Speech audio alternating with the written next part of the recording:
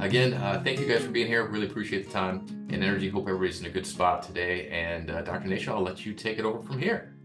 Woohoo! Well, while I'm attempting my technological skills or lacking thereof, I just want to, first of all, thank you again to the Think Regeneration team and Aaron Martin and all the posse in Oklahoma for hosting this amazing event. My extreme apologies for not being able to be with you in person. My body decided to have a little healing crisis on its own to work through. Nothing major, except I just couldn't get back to you guys in time. So I'm really grateful I have the opportunity to share and still take part of this incredible movement and hopefully instill some of my wisdom into this group while I continue to suck the marrow of it from all of you. So I'm really grateful that we have an opportunity to have this conversation. So first of all, can you guys see what I've got up here? And I'm going to put it into mode.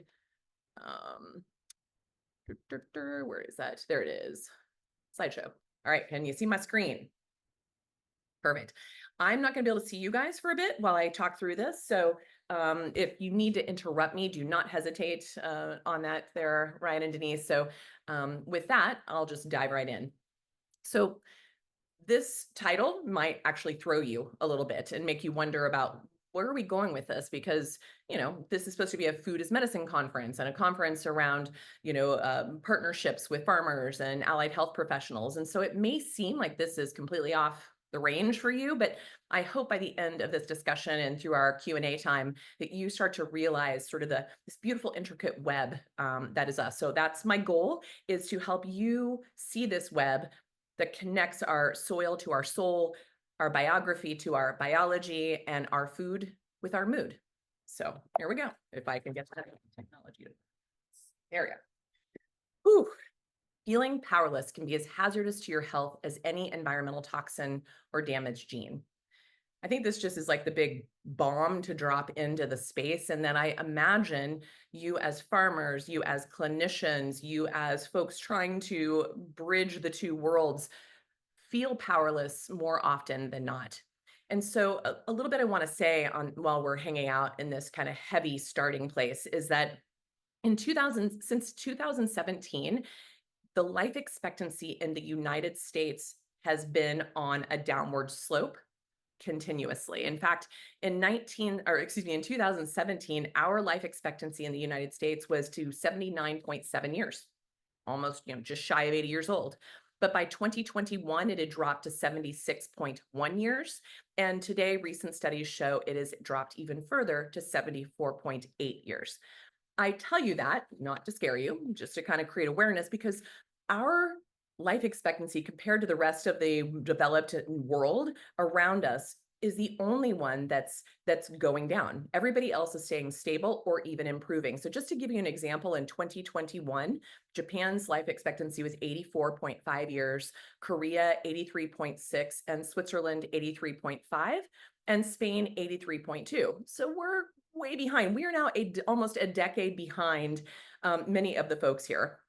I also want to put a quote that I heard this week discussed somewhere on some social media realm from a scientist that said, America now has taken the position of number 60 in the world with regards to our health and happiness index, while we continue to be the highest cost of health care in the world. So despite the enormous amount we spend on healthcare and the medical system, we are number 60 compared to the rest of the world. We're not doing great. And so when we also consider this powerlessness and the life expectancy piece, I want you to all hear that the scientists are calling this phenomenon the era of despair. And they're blaming our drop in longevity in the United States to two major things: opiate overdose and suicide.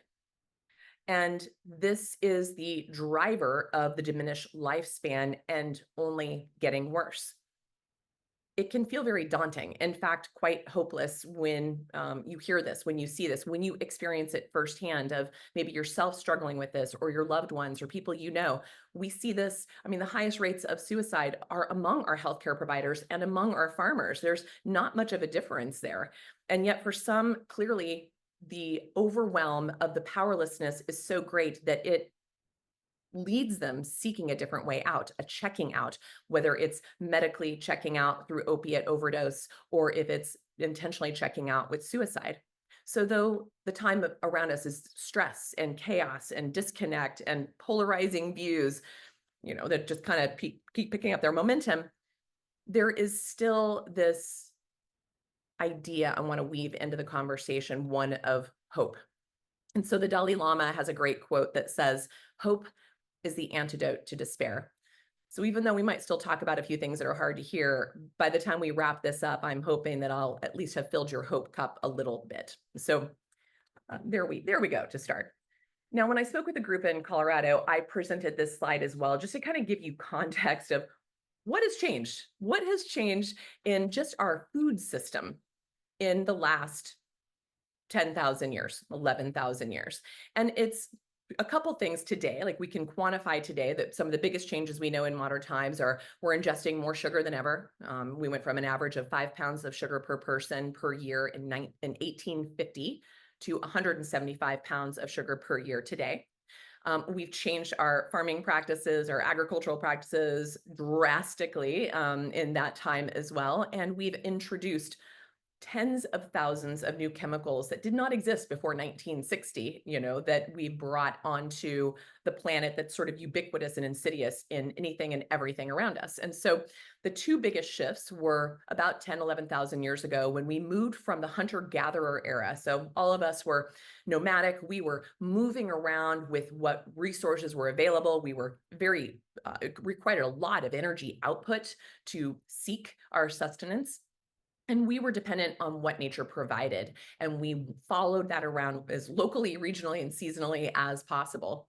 The next big shift happened about 11,000 years ago when we decided to put down some literal roots in what's known as the Fertile Crescent region of the world, which is basically along the Mediterranean, Middle Eastern region. And that's when we first started what we consider agriculture today, when we started to actually put some seeds in the ground and see what happens. And so Neolithic farming is what began then. And we were still quite nomadic and mobile, and it still took an enormous amount of energy, even to do the little bit of new farming that we were doing. And it took an enormous amount of energy to harvest that and prepare that into a way that we could actually turn it into sustenance. So it was still pretty close to our genetic start. We made the next big shift in the industrial food revolution, which came along in the early to mid 1800s. And many of the healthcare providers of that time started sounding the alarm saying, "Oh my God, something's wrong here. We're causing some harm." We were sounding the alarm over 150 years ago to what we were doing to ourselves. And just imagine what's changed since then.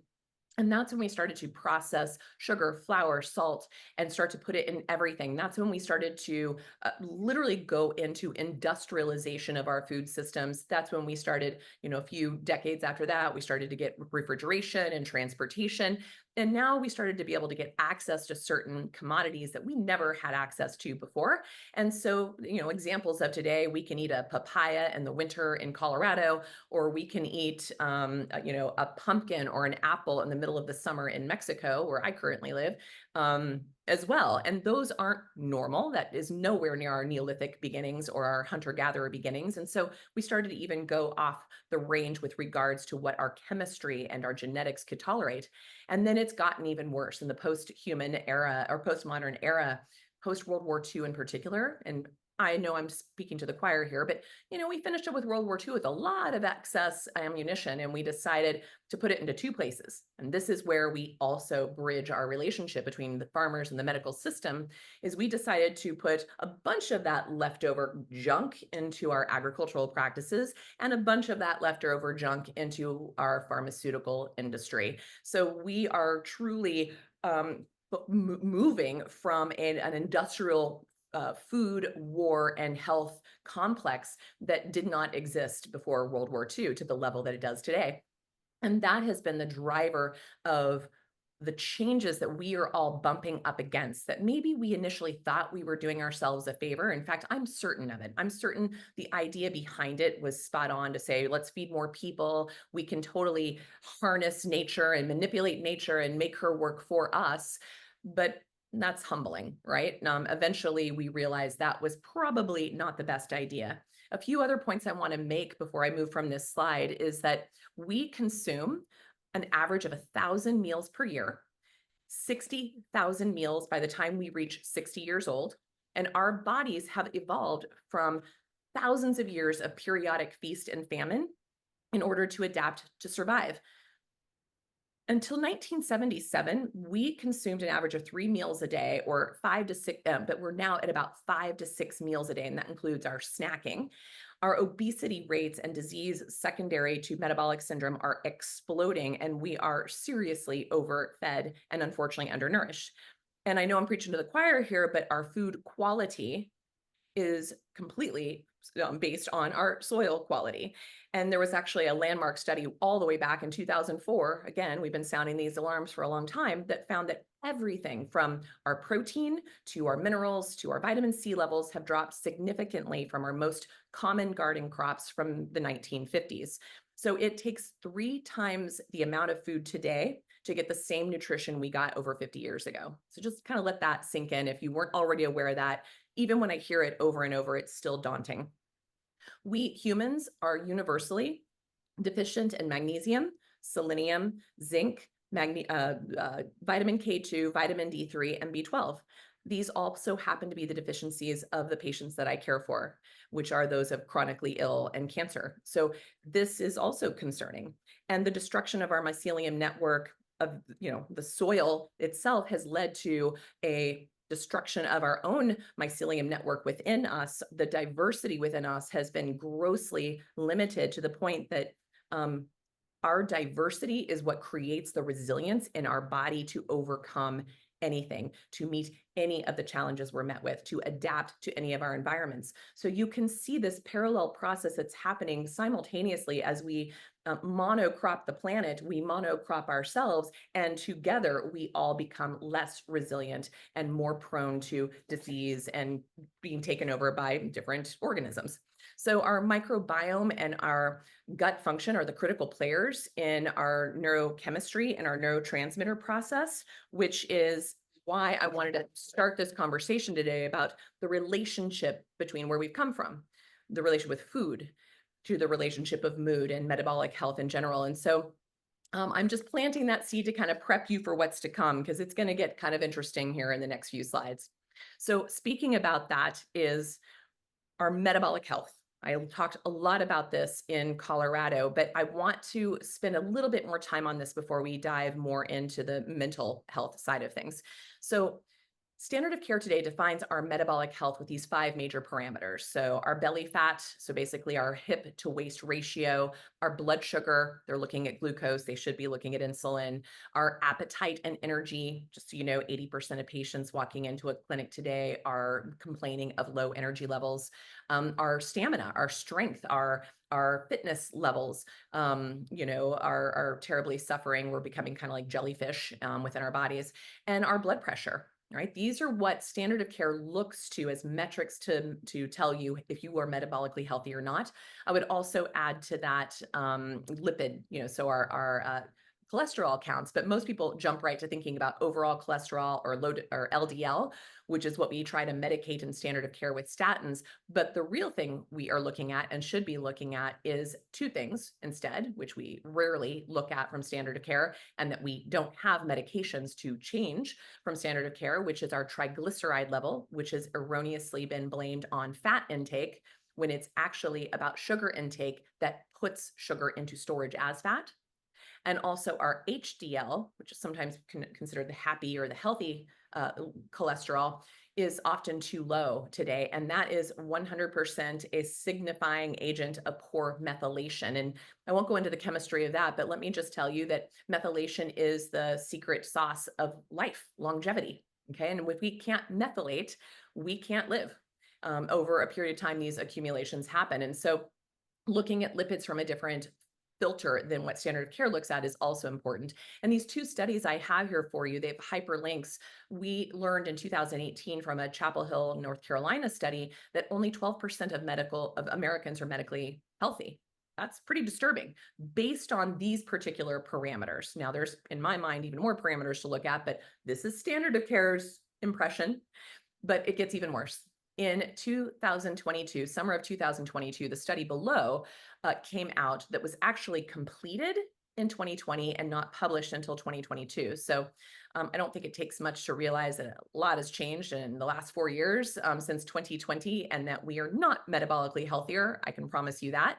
But when we got the results back from this study that was published in 2022, it showed that actually less than 7% of us, specifically only 6.8% of us, are considered metabolically healthy. I assure you today, in the last 4 years, that number is likely even smaller. So, wanting you to have that context to understand why this is so pervasive, why we should care as farmers, why we should care as clinicians, and why we must join forces to do something about it, because this will be the end of us. Metabolic disease will be our demise. And the metabolic disease is simply a reflection of what's happening in, on, and around us on a given moment. And so just planting that seed here, and just a few other little statistics to point out. Overall body fat composition is what we want to consider here, not BMI. BMI is pretty much BS. And so it's about even just the way you carry fat within your body, in your organs. So you might think that you just look at somebody who's overweight, which, by the way, 2/3 of Americans are overweight. And so we look at that and we think, oh, they're the only ones who are metabolically broken. I will assure you that that other third of Americans are likely just as metabolically broken, even if they look normal on the outside, with a condition known as TOFI, thin on the outside, fat on the inside, because over almost 70% of all Americans, just no matter your body fat composition, has fatty liver, which is a major hallmark of really broken down metabolic health. So wanting you to know that, so you have the context of how much trouble we're in and why it's going to take a lot to change it. And where do we begin?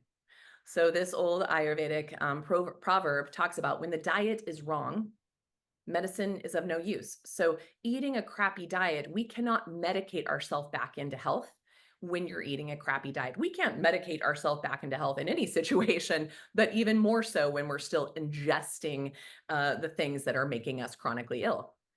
But the other side is true, is that when diet is correct, when you are in accordance with your inner and outer nature, when you are in sync with how you were designed and the environment around you was initially designed, medicines are of no need. So I'm going to take us on a whole different journey, because what I'm starting to show you is kind of this bridging between farming, and pharma, or farming in the body, soil in and soil outside of us. But I also want you to start to consider these concepts, which I just love. I can't see you to see you raise your hand, but when I'm in even a large group of medical practitioners at, 1,000-person medical conference, when I ask doctors to raise their hand and tell me how comfortable are they feeling about their ability to describe the vagal nervous system to a fifth grader, I would say maybe 10% of the room will raise their hand. Most doctors, even though we are trained in our undergrad physiology about the vagal nervous system, about the cranial nerves in general, it gets lumped into a very rudimentary couple-hour course on the nervous system and about the 10 cranial nerves. They brush over very quickly the vagal nervous system. And then it's kind of put away and we never talk about it again.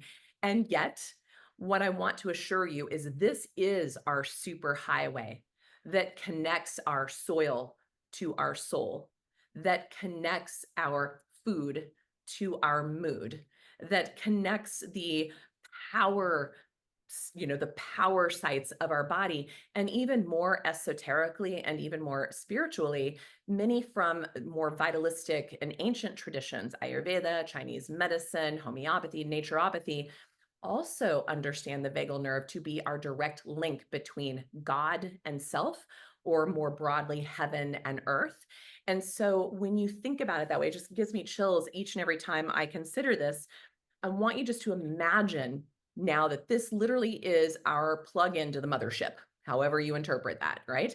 And so specifically, the way I would describe this to a fifth grader is that, imagine you have a superpower wire that runs from your brain all the way through your chest and into your abdomen. This,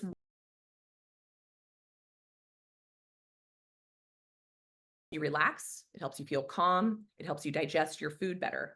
Think of it as a signal line that tells your body that everything is okay. Just to give you an example, your vagal nerve is where when it's functioning properly, when it has good tone, this is how you can poop very well and easily. This is how you can sleep very well and easily. This is how you can connect with another, make love and orgasm very elegantly and easily. If your vagal nerve is not working well, those things do not happen. So just planting that seed for you to understand the importance that this bugger innervates literally every single organ, every tissue, and every other electrical nervous system throughout our entire head to pelvis connection. That's why it's this super highway. So just like plants need healthy soil to grow strong, our body needs this balanced, calm highway to be cleared of debris, to be plugged in and appropriately flowing in all the right places. So when you are feeling stressed or worried, your vagus nerve is off. Okay, it's contracted. But the things that we are going to talk about towards the end of this discussion about what can help you relax into that, we're going to focus on that here in a moment. But where I want to take you in the next few slides is to start to weave together this understanding of our metabolic health and our mental health and the foundation under it all of how we're nourishing ourselves to create both metabolic and mental health.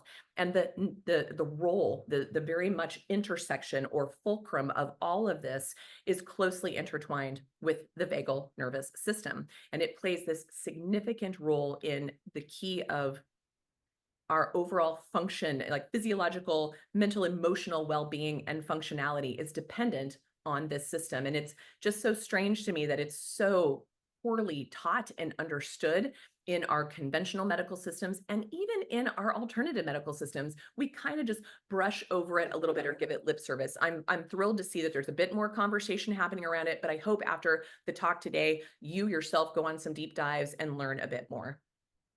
So here's one of those images that show you that hip to waist ratio that shows you that this person is already metabolically broken. But a lot of people don't understand that this visual that you see and what's happening when you see this process of metabolic derangement is it's a result of inflammation.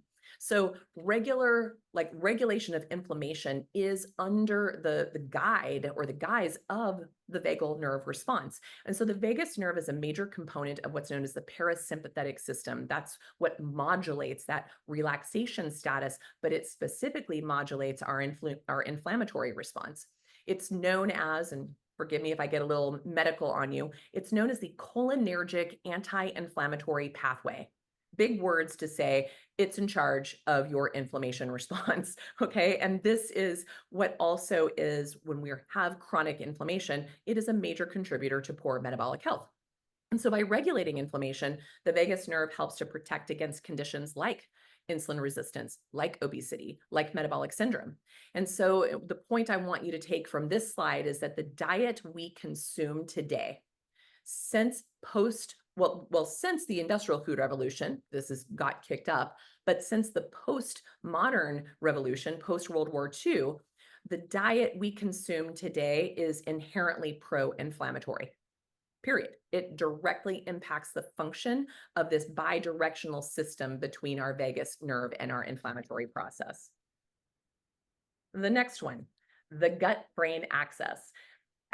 When I was in medical school in the early 90s, I was reading the work of, I can't think of his name right now, Gershon, I believe, who wrote a book called The Second Brain.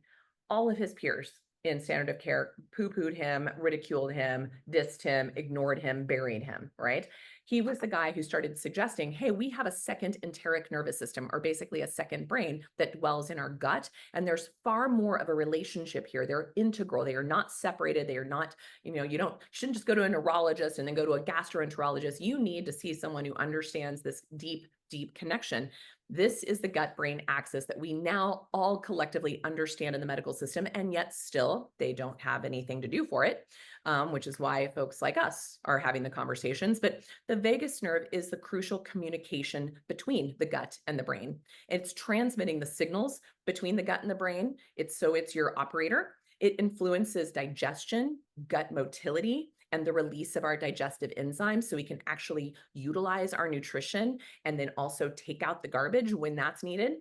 So a healthy gut-brain connection is facilitated by this vagal nerve highway system, and it supports that ongoing balance that's necessary for our optimal functioning. It also interplays very, very much with our microbiome. We'll talk a little bit more about that here in a moment, which in turn impacts our metabolic health even further in its specific regulation of glucose and insulin balance around metabolism in general and around fat storage. And so, simply put, when we look at this slide, I want you to take home that when your gut is on fire, your brain is on fire. So, if you are dealing with GI issues, you're also dealing with brain issues. And if you're dealing with mental health issues, you are also dealing with gut issues. And perhaps that's illuminating for some of you today. But when people start to heal their gut, their mental health improves. When people start to heal their mental health, their gut improves. It's very easy to see that clinically. We simply can't do life in an emotionally balanced way when this vagal nerve communication process is not acting appropriately. Blood sugar and insulin sensitivity. I mean, my gosh, this is what it's all about in the world that I work in the field of cancer. But the vagus nerve helps us regulate our pancreatic function, including the secretion of insulin and glucagon, which is what helps put things into storage, and proper vagal tone. And we're going to talk about that more in a slide or two. This is the health. This means when we have enough vagal tone, this means we have healthy function of our vagus nerve, which can help maintain and stabilize sugar levels, insulin sensitivity, and it's a critical player in overall metabolic health. And so, specifically, the vagus nerve regulates metabolism by communicating between the brain and the gut, as we've already talked about. And it also tells the brain and gut the volume of nutrients that are needed, what's excess, what's deficient, and sends signals out to say, take it up or dump it out. It also plays a huge role, the vagus nerve plays a huge role in obesity. So, for instance, a lot of people are walking around obese, carrying extra weight. And I'll use myself as an example. I eat an incredibly clean and perfect diet. I work out really well. My body composition only changes when I'm under stress. So people can look at me and be like, oh, Nasha's under some stress. She's carrying around an extra 10 lbs right now. That's what happens in my body. It's such an amazing mirror, an amazing biofeedback tool. I don't fight it. I don't beat it up. I love it. I accept it. And I appreciate that feedback because it tells me immediately, Nash, you're not taking care of your vagal nerve. And so that's my way of even titrating. But folks who are walking around with extreme obesity, they may not understand. They may be blaming themselves or doctors are blaming them. You're just eating too much and not exercising enough. And yet I will tell you the thousands of patients I have seen come through my clinic who were eating exactly the way they should, exercising exactly the way they should, and still extremely, obese.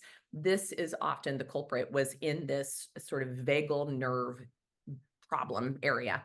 Chronic consumption of calorie-rich diets can reduce the vagal nerve sensitivity. So overeating and overeating the wrong nutrients can also basically stop the proper signaling of the vagal nerve. That's a really important one to understand as well. And then metabolic health itself, the conditions of like obesity, type 2 diabetes, cardiovascular disease, all of these can be impaired or be triggered by vagal nerve inactivity or inappropriate activity. So the take home for this one is that this is a two-way street. So if you are insulin resistant, our vagal nerve will misfire. And if you have a loss of vagal tone, you have a higher incidence of insulin resistance. So they definitely go hand in hand and cannot be separated out. This is how we start to understand and measure whether our vagal tone is actually on or off. And so the vagal tone is something that we can measure through something known as the heart rate variability. You might have run across it as HRV and, hearing about it on biohacker podcasts or, friends wearing their Fitbit or their Garmin watch or their BioStrap or their Aura ring. Any one of those devices are looking at heart rate variability. This is the specific metric, the specific measurement that shows us the activity of our autonomic nervous system. So it shows us the relationship between our sympathetic, our fight or flight, with our parasympathetic, our rest and digest part of our nervous system. And it lets us know basically which one's in the driver's seat. And it lets us know how the tone is of our vagal nerve. So the higher your HRV, so the higher that number is on whatever devices you're using to measure this, it shows significant association with good vagal tone, with good vagal response, with good balance in this system. It's linked to much better metabolic flexibility. It's linked to the ability to easily and efficiently switch between burning carbohydrates and fat for energy. It shows us that metabolic flexibility, it highlights the fact that metabolic flexibility is essential in maintaining our optimal wellness. And so that's just one of the really cool tools. And, this is something that is of cost for people to purchase a device like this, but you can get them as little as 50 or 60 bucks and as expensive as 500. If it's a tool that will help you understand how your vagal nerve is responding, if you suspect that this is an issue for you, it's a way that we can test it. And one of my, on our podcast, The Metabolic Matters, I believe this month in November, well, almost this month, November of 2024, I want you to look for my conversation with Dr. Torkel Faro. And I could be pronouncing that differently at the very end, so I apologize. But his brilliant book is called The Pulse Cure. And we go into detail describing and discussing heart rate variability and its implications in your health and well-being and in your disease prevention as well as disease treatment. So I really encourage you to have a listen to that conversation, read his book because it goes into a deep dive of detail of what I'm talking about when I talk about heart rate variability. And I tell you what, if that doesn't compel you to save a few bucks and purchase yourself an HRV device, I don't know what will compel you because it's such powerful feedback. I have so many patients who think, I'm great, I do everything right, I exercise right, I sleep right, I eat right, and they think they're doing all the right things. And then we hook them up to one of these. And then they realize, oh my God, my HRV is in the 20s or below. And then they start to realize I am revving so much in this chronic state of stress, I don't even recognize it anymore. My vagal nerve is so off the grid, I don't even recognize it anymore. This is a tool to help you see yourself clearly and help you make the changes and the adjustments to see what's going to improve this heart rate variability, which in turn improves all of your longevity and your health span, not just your lifespan. And so the take home on this one is that our vagal tone is the interplay. It is absolutely the interplay of our soil to soul, of our biography to biology, of our food to mood. And in my Chinese medicine studies that I alluded to before, that connection between heaven and earth or God and self. And so the other piece that vagal nerve impacts is our appetite regulation, our satiety. And so the vagus nerve helps that signaling of feeling of being full or satiated after we eat by communicating these very specific chemical messengers to the brain and to the gut. And so a well-functioning nervous system helps regulate an appetite. So you can see that if you're always hungry or you're never hungry, it's pointing to problems in the vagal nerve communication highway. It's also reflective of when I have folks who have extreme disordered eating patterns or extreme food addiction areas. This is where it gets bungled up. This is where it comes into play. And this is also where the food industry takes advantage, is right here in this place. The food industry today is absolutely manipulating this part of your vagal nervous system to change your eating habits and therefore your consumerism habits. So taking ownership of that and empowering yourself to break out of that shackle is something I would encourage all of you to consider as well. But basically what I want you to take home from this is that this is this is to me is the place where it signals to the body through this vagal nerve pathway that says, I've had enough signal. Okay. But it can even go further than that. I want to throw a little esoteric drop into the bucket here, which is the I am enough signal. This can play a big one. This can play a big role in a lot of our disordered patterns because it might be the only place where we feel like we have control is by controlling our food choices or our food, intake in ways that move into more pathology versus nourishment. So many food addictions, as I mentioned, are intimately related to this, where we're seeking the sweetness in life that we're otherwise missing in our own lives by looking at these exogenous things to help us, and that we might also be bumping up against outdated and mismatched belief systems within ourselves or within the society that we all function in. And so a lot of this, as you can tell, has been building up to this concept of stress response and cortisol regulation. And so with this, chronic stress and high cortisol levels can negatively impact our metabolic health by promoting the fat storage, particularly the visceral fat. So you might look normal on the outside, but you might have a nice big fat blob around your liver. And this also in turn will increase blood sugar levels and specifically insulin.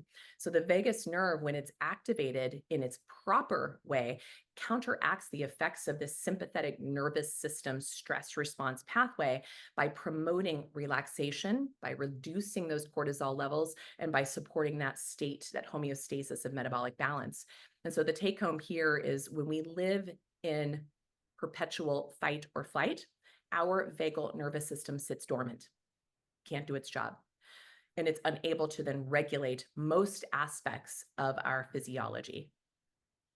And then finally, near and dear to me, I'm kind of known as a mitochondriac. This implies such impact on our mitochondrial function and our energy production. And so the vagal nerve is also highly influential over the cellular metabolism and mitochondrial function, which are the little organs within our cells, are these little powerhouses within our cells.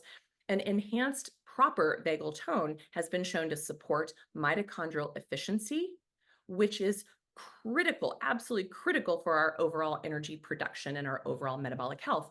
In also mitochondria, by the way, is absolutely the source of your longevity. So we're all looking outside of ourselves to anti-aging, conferences and looking for the fountain of youth, and yet it dwells within each and every one of our cells, specific in this little battery pack that's within your cells. That is what is in charge of the length of your telomeres, the response to the reactive oxygen species of oxidative stress and toxins that you're dealing with every day, the way your body metabolizes life and the energy around it. And so it's a critical player here, and it is what helps keep us alive. And so the thing I want you to take home from this slide is that these are the very source, our mitochondria, the very source of our energy, mentally, physically, and even spiritually. They are our internal battery packs and our energetic currency. And when they are few in number or few in poor function or damaged, our very ability to survive is threatened. So what to do about it? All right. So what to do about it is we start to consider these essential determinants, which should be available to all of us. This is where the medical team and the agricultural team need to come together to help force this back into reality. We are so far from the essential determinants today living on the planet that this is what we're up against. It's difficult to find clean air, water, food. It's difficult to rest and recreate. It's difficult to get out in nature and understand the cycles outside of our bodies and within our bodies. And so focusing on understanding this hyperlink here, this Terrain 10 questionnaire, helps you or your loved ones start to assess their own essential determinants, your own triggers that might be impacting the wisdom of your body. Things like adjusting your circadian rhythm, adjusting your diet, adjusting your community. These are the things where we have a bigger play. This is our version of the CDC, which is far more impactful than the one we have going for us right now. And when I look at the details of what we can do, now, obviously, the fundamentals are in what you feed yourself with every day, but so much of that is related. If we had good soil quality, we would not have to be looking outside of ourselves for supplementation and nutrients, specific nutrients. If we weren't pouring tons of chemicals on our soil, we wouldn't have to be worrying about mitochondrial poisons. If we were in sync with nature, we wouldn't have to be worrying about blue light mitigation or knowing when our sun is rising or our moon is full. These are things that we've gotten far from. Moving our bodies in accordance with nature and in the process of like chop wood, carry water instead of going and standing in a gym in the most unnatural environment for an hour every day is about as fundamental as it gets. And so looking at things specifically, tools to tone your vagal nervous system are all within this little chart that I have before you. So several of these tools are the things to help you literally chill out and tone that vagal nerve. So we can use things like deep breath exercises. So slow, deep breathing. We took a bunch of people on a journey with this in Kansas recently with Gail and, with the Fuller Farm event there with Gail and Lynette. And I was teaching them some of these special vagal nerve tools by looking at breath work. We can also use humming, singing, chanting, gargling, neti pot, tongue scraping, oil pulling. All of these are ways that literally stimulate the vagal nerve on a like an anatomical level. Cold exposure. We took a ton of people through some cold plunges in Kansas as well. That brief controlled exposure to cold, like cold showers, splashing cold water, or immersing your body or your face in cold water for a period of time, will boost and tone that vagal nerve response and help you go into a deeper state of relaxation afterwards. Meditation, prayer, mindfulness are ways to tone. Yoga, Tai Chi, intentional, soft, gentle movements, stretching, especially stretching that opens up your chest wall. So chest opening, back bends. We used to do all those things as kids, right? We don't do that as much anymore, but that literally stretches that vagal nerve highway and creates more tonicity. Social connection and laughter. This is huge. It also releases large amounts of oxytocin, the bonding hormone that also soothes and creates security and safety in our body to further perpetuate vagal tone. Massage, acupressure, chiropractic care, these are things that can all directly impact that nerve. Adequate sleep and circadian rhythm, probiotics and gut health, which also means avoiding the nemesis of glyphosate, which impacts all of those things, and looking for proper base nourishment from real food, not processed factory food, and biofeedback devices that I've talked about, these HRV technologies or continuous glucose monitors, things like that that can help give you the feedback you need. These are the tools that you can use on a day-to-day basis to support your environment so that that vagal nerve network, that metabolic mindset and like nourishment is intact. And so finally, I love this quote by T.S. Wiley, remembering that the environment through light, food, and stress flips the switches on and off of our genes that produce hormones, which in turn flips on other genes for growth, death, and repair. This is happening in all of us miraculously and divinely on an ongoing basis. So my hope is that you see this intricate web of the soil, the food supply, the healthcare system in general, and the mental health in particular, and that you start to really understand the interaction between metabolic health and the vagus nerve and its bi-directional, highly influential interaction. And by improving that vagal tone will support your metabolic health and your mental health and help you make better decisions. So I think the message I want to say on this slide here is choosing foods that are nutrient dense and not just empty calories will have a massive impact on the fundamental building blocks of this very dynamic dance. And so I hope that you continue to choose wisely. And just a quick shout out, you might take a screenshot of this if you're able. These are my heroes in what is known as the emerging field of metabolic psychiatry. And if you want to deep dive into the most amazing books around the conversation we just had, Dr. Chris Palmer's book, Brain Energy, and Dr. Georgia Eads' Change Your Diet, Change Your Mind will blow your ever-loving mind. Dr. Shivani Sethi just published her groundbreaking work in using a carb-restricted ketogenic diet in the treatment of severe bipolar and schizophrenia, got published. Dr. Ian Campbell is an amazing story in and of himself. You need to look for his podcast and his own documentary, his own clawing his way out of severe hospitalizations and suicidal attempts with his own mental health. He's now a PhD researcher in this whole field. It's absolutely mind-boggling where this is going. And again, these are our allies in helping us move this forward because Chris, I believe, is at Harvard. George Shabani is at Stanford. Georgia's at they're all major academic institutions, right? They're not going to your community college professors here. And then just a little leaving out what we are continuing to do and the relationships we want to continue to build is through this concept of reach, research, education, advocacy, community, and hope, making health within reach and the collaborations among all of our peers and partners in health, in agriculture, in education, in infrastructure is where it lies. And so if you haven't already, a couple slides here, you're going to get these slides, some of my favorite books in this arena, hyperlinks to those, ways to contact me. You'll get these slides after, and ways to follow us, especially if you have to listen to some of our conversations with people like Zach Bush and Dr. Torkel on the Metabolic Matter podcast. And for that, I thank you for your time. I think I ate into it a little bit, but I'd love to open it up for some questions. Amazing. Thank you, Dr. Nasha. Thank you. Really appreciate that and your time. So I'm going to kick us off with a question here. One of the things that stood out to me as you were showcasing the suite of solutions that can help us nurture that vagus nerve is supplements.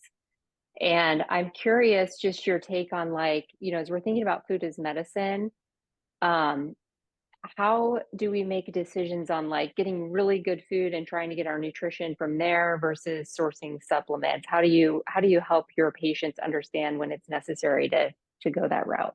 It's a really great question. I mean, ultimately, I always want it through food, right? I'd rather the valuable real estate in their GI tract be taken up by food versus pills, because there's a lot of folks in the functional medicine world that will take up that real estate with a lot of pills.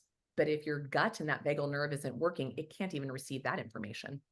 If your vagus nerve is not tuned up, it's not on track, you can't even absorb and digest the quality food that you seek. So it's futile if you're just supplementing or eating your way into health, but you've not addressed that vagal nerve highway. No matter how good or bad it is, it's not going to land in the way that you would hope or expect it to. So I would primarily put your investment into quality food and self-care in the vagal nerve department. And then as clinicians, I train them how to evaluate labs and epigenetics and genes very, very specifically to know what supplementation is needed to augment whatever's going on to help push somebody from a diseased state into a state of health. Okay. And I have kind of a follow-up question to that, which is, um, I was going to ask about kind of early warning signs, but I wonder if, as a society, are we generally past early warning signs to where the only signs are like late warning signs? Nailed it. Our first sign of metabolic mitochondrial mayhem is fatigue. So 80%, right? Our next warning sign is metabolic health breakdown of those 5 parameters I talked about. So we already know that less than 7% of us on the planet have metabolic health. We've well beyond, as my patients say, we've put the sticker on the check engine light a long time ago, and that we might still be driving down the road, but it's like burping and farting its way down the side of the road, and we're about ready to break down completely on the side. And that's when Western medicine intervenes, is when you've fully broken down. And unfortunately, we are trained in that realm of medicine to wait until it's that point. And I'm begging and pleading to change that dynamic, that you start to check that engine light early on, that you start to check yourself and notice your energy level, why you start to look at labs and why you start to really notice your body composition and how you feel and how you just generally function in the world. Those are the ways you have to go back to your own inner sourcing. There's nothing outside of you that can tell you that until it's too late. Yeah. Oof. Yeah. Well, thank you. Yeah. Do we have any questions from our audience here? Are you all just deer in headlights? Or, Is that just too much? I'll weigh in with a question, I guess, if that's okay. Please. One of the things we talk a lot about is how our flavor feedback loop's been hijacked a bit by the processed foods that we get introduced early on in the process. Yet going off of that is really difficult. You actually see people like get repulsed from whole foods or natural foods during that cycle. Do you have any advice on how to introduce folks to healthy food without connotating like grossness and healthy food together at some point? I love that's so good. And that, I hope I showed you in that one element, that is a vagal nerve interaction. And that is what the food industry is hijacking here. And so one of the ways, I cannot remember her name, but she's the wife or ex-wife, I don't know, I don't keep up with the stuff, of Jerry Seinfeld, who wrote a cookbook many years ago. I think it was called like Deceptive Eating or something along those lines. She basically wrote a cookbook on how to feed her picky eater kids who were blah at anything healthy, including her husband. And she created this great cookbook. And I have used that as a really powerful tool in so many families, but frankly, in adults as much as kids who are like, I don't like green things. I'm never going to eat a green thing. I can't even tell you how many effing grown-up adults I hear say that. I just want to say, put on your big boy panties and eat them. But ultimately, that is one of the coolest ways, is like her cookbook is really good ideas of how to hide that stuff and still feel like you're getting your naughty mac and cheese or something that's like that you normally associate with your comfort food and things that you like or gravitate to. So that's one source. The other person who's done an excellent job is a woman named Maria Emmerich, Emmerich. She's got a whole cookbook on like low carb comfort foods or keto comfort foods. I can't remember the title. I have families who follow this woman to the end of the earth who like learned how to make their own chicken nuggets and how to make their own like cinnamon rolls. My husband's post about making her cinnamon rolls when we were on a desert trip, she recycles that post so often. It gets millions of views and hits and likes and requests for the recipe because they taste just like a regular cinnamon roll, but it's basically psyllium husk and egg whites. It's like super simple, tasty, delicious. We make it in a big cast iron skillet out on a camping trip. It's like everyone, if we go camping and we don't bring that, we're not welcome. And so her tips and tidbits of how to feed the pickiest of pickiest little and big people, and her comfort food cookbook is by far one of my favorite ways to start to retrain the palate. And then to let people know it's going to be hard. Just like when you're kicking heroin, you're going to suffer a little bit in the beginning, right? We need to stop coddling ourselves. Pain is a warning signal. Discomfort is a warning signal. It's trying to help you create enough friction, can create enough motivation to break through something. What happens in our culture, we bump up against the discomfort and we shrink away. We bump up against, we shrink away. I don't know. It's going to be uncomfortable at times, right? That's how you survive. Our ability to survive is called resilience. And that's meaning that when we meet difficult things like too hot or too cold, not enough food, too little food, too much exercise, too little, not enough oxygen, too much, like we literally biohack ourselves on purpose today to create that resistance and discomfort to create resilience and better health span and longevity. So if people start to retrain their mind to think that discomfort is temporary, I can do it gently, I can do it safely, and I will come through it. That's the type of messaging we need to have, because what also happens is the limitations of our conventional medical paradigm, and even my naturopathic and alternative and functional medicine colleagues, they don't believe the patients can do it. So they put their own limiting belief systems on the patient when they say, oh, the diet's going to be too hard, or this lifestyle is going to be too hard. Then please get out of the way of the people that are doing it, right? Because that is their belief system. And that is not reality. I have personally guided tens of thousands of patients and secondarily guided hundreds of thousands of patients to do hard things to save their very lives. When you're meeting your mortality with an end-stage cancer diagnosis, you stop really giving a shit about the broccoli, right? You're like, whatever it takes to bring you to the other side. So I really want to encourage that maybe push up against the discomfort, look for some of those little tools of those 2 cookbooks for kind of fun and inspiration to make it fun along the way. Work with one of our advocates who has a ton. Our advocates are trained to help you hack through all those resistant places. And so our train advocates on our website, mtih.org, this is what they're known for. And so those folks can help you if you need that tangible hand-holding support as well. Awesome. Thank you. So we have 3 minutes left here, and we are going to end on time, just to let everybody go move about their day. But there are a few more questions. We'll see if we'll get to as many as we can. Kind of extending on what you were just talking about, Nasha, Dana asked a question about, helping kids with metabolic issues. And I think particularly teenagers who, they've gotten to a point in their life where they're like, have a lot of independence and they no longer want mom, trying to hide vegetables in their food and stuff. How do you help,